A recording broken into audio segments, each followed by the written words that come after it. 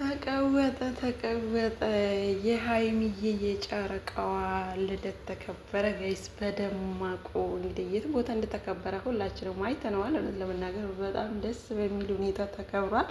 ለመጀመሪያ ጊዜ ኤርፖርት ተክሌን ቦታ ሆና እንግዲህ ልደቷን ያከበረች ንግስቷ የቡቡዬ ንግስት የሆነችው ሀይሚ በዚህ መልኩ ጋይስ ሻምፒዮኑ ላልቀረም እንግዲህ እየረሸችው ትገኛለች።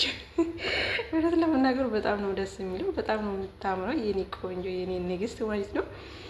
ሀይሚዬ እንግዲህ መልካም ልደት ለማለት እወዳለሁኝ። እንኳን ተወለድሽ የቡቡዬ ንግስት። የጨረቃ ፋሚሊ ቤተሰቦች ሁላችሁም እንኳን ደስ ያላችሁ። እውነት ለመናገር የእሷ ደስታ ደስታችን ነው።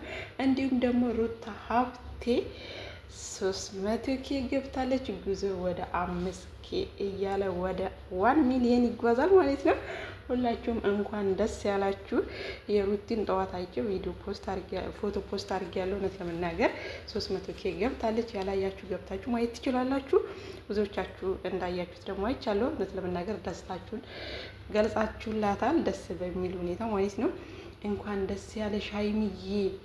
የምሬ ነው የምላችሁ። እንዴት አባቱ እንዳማረባት ካለባበሷ ከሁሉ ነገሯ በቃ አሟልቶ እየሰጣት ማለት ነው። እና እንኳን ደስ ያለሽ ሃፒ በርዝዴ።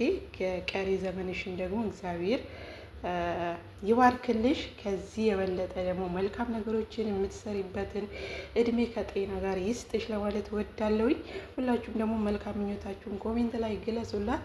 ጨረቃ ሀይሚ እንግዲህ ዛሬ ልደቷን በደማቁ አክብራለች። የቡቡዬ ንግስት ማለት ነው። እንኳን ተወለድሽ ለማለት ወዳለሁ። የጨረቃ ፋሚሊዎች ደግሞ ሳብስክራይብ ላይክ እያደረጋችሁ